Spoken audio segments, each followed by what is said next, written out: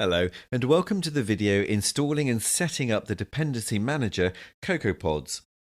In the previous video, we looked at how to create our user interface. In this video, we're going to take a look at what's the CocoaPods dependency manager, how to install it, and how to install the third-party libraries we need to use in our project. Maybe in some projects that you've worked before, you might have come across an instance to use third-party libraries to parse JSON or something else. And by the way of using it normally is downloading the package or framework and then copying into our project. This works fine, but what happens if the library is updated for some reason? Yes, you need to keep going to the page of the library and find if there exists a new version, download it, and replace the old one for the new one. This manual work is painful in my opinion. We would like to have something that downloads the library for us, and in case of an update, the library notifies about the update and gives us the choice of updating the library automatically. Perfect!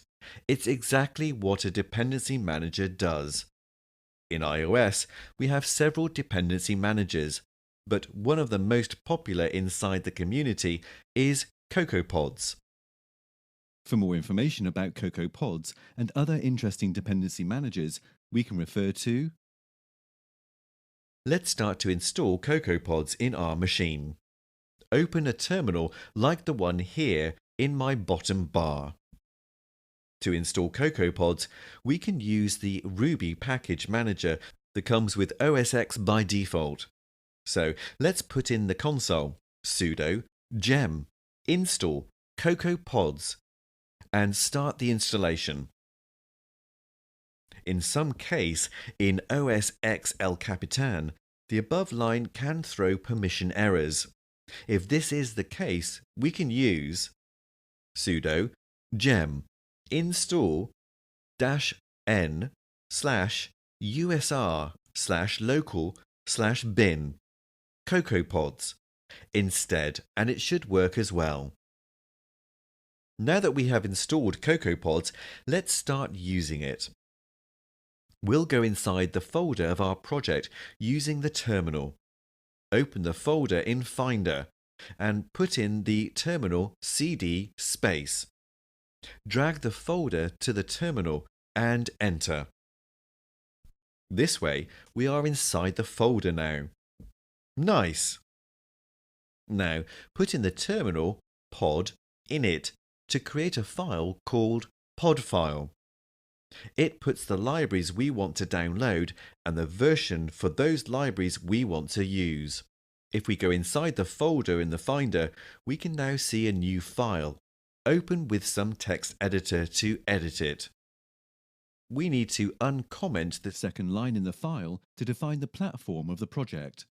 and change the platform to iOS 9.0. Inside the body of target image searcher do, we put the libraries we want to use in our project and the version we want. In our case, we're going to use Alamo Fire to handle the networking request to the API, Swiftly JSON to parse the JSON files, and Alamo Fire Image for all the requests related with the images. Excellent! All the packages have been installed successfully. Now, in our folder, we can see a new pods folder where all our libraries are. To open the project, we need to use the image searcher.xc workspace instead, or the usual image searcher.xcode proj. Let's open it. Now we can see in the left panel we have two projects, the image searcher and another called pods. This is fine. This is the way we modify our project to handle the use of libraries installed in our project. Well done! In this video, we learnt how to install and use CocoaPods for managing dependencies in our project.